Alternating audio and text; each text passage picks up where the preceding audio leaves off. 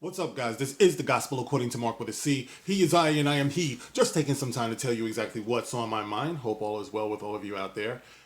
Listen, guys, it looks like I'm going to have to take a closer look at this Kanye West Joe Rogan interview because there's a lot of gems in there that people probably need to check out. You know, it's good conversation.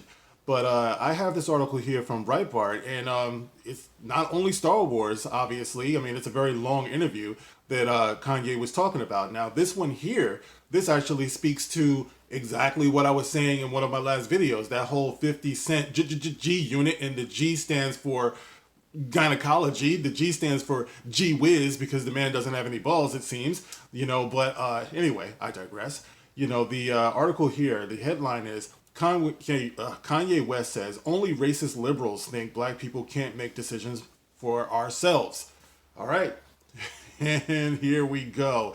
It says rapper, fashion mogul, and presidential candidate Kanye West called out racist liberals, Chelsea Handler, and many more like you, Biden, during his recent interview with Joe Rogan, saying that they regularly condescend to black people by assuming they are unable to make decisions for themselves. Kanye West made the remarks during the latest installment of the Joe Rogan Experience that went live on Saturday.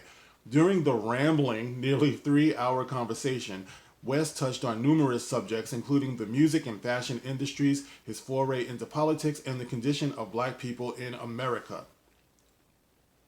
And it goes on. One of the most racist things that liberals who pride themselves on not being racist have said to me, like, you're going to split the black vote, West said. That makes it seem like black people can't make decisions for ourselves. He continued, they literally makes a statement that only black people will vote for me. Think about that statement, the nuance of institutionalized racism. They just have a place where no one has really been able to embrace the idea of blacks not being in a block and staying in one place. That ghetto mentality, all right? The projects. You have to vote Democrat, Rogan said. Yeah, or blacks having an opinion, West continued. You know, you see how this kind of like weaves into everything that I've been saying, you know, since I've been speaking, whether it's about black people or whether it's about the fandom menace, it's all the same. It's like black people don't have representation because we don't have the respect of having a free thinking mind.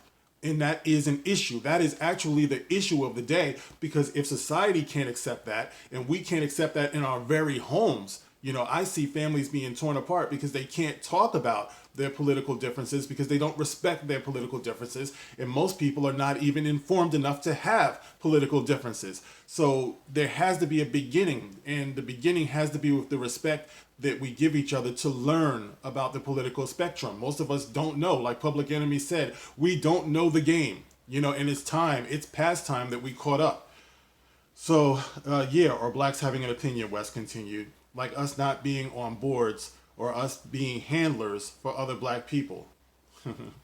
During the conversation, West touched on his candidacy for president of the United States, saying that he received a calling to be the leader of the free world while in the shower. All right, we'll see. Kanye, that's where, you know, things start getting a little bit off center for you, you know what I mean? But, you know, the man is complicated. He's eccentric. He also discussed his ongoing and very public battle with his record labels, including Universal and Sony. And then he starts talking about his contract. They're made to rape the artist. It's a negative thought I'm putting into the universe, but I thought about Bruce and Brandon Lee. Uh-oh, this is Sony Universal, and I'm willing to put, which, by the way, Michael Jackson had a problem with too. Remember, he called Tommy Mottola the devil. And very soon after that, Michael Jackson was dead. All right, plus he was, you know, he was literally being avalanched with negative press. And, I mean, they did a lot, but I'm not going to get into that. But, you know, so anyway, he talks about his ups and downs with the record company. And there it is, guys. So I'm not going to get into the rest of it. It's pretty much the end of the article anyway.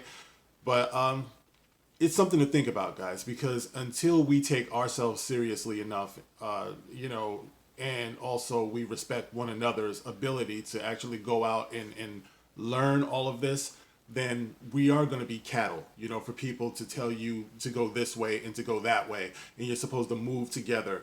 And I just think it's very interesting, you know, that these rappers, as long as they're telling us to kill each other and to be negative and disrespectful in our music and to call each other racial slurs and stuff like that, nobody worries about like bringing people this way or that way. No one worries about the influence that these people have. It's only when we start looking like we're getting off the thought plantation that people start worrying about the influence that you have. And that's something that people really, really need to start thinking about. All right, guys. So there it is. Kanye West continuing to be very provocative here. So you tell me what you think in the comment section. As always, you can like, you can share, you can subscribe, and catch me on Twitter. I'm going to leave the link to this article as well as my link to the Twitter page in the description box below. Come give me a follow. All right, guys. I'll see you on the next one. This is The Gospel According to Mark with a C. Rock on.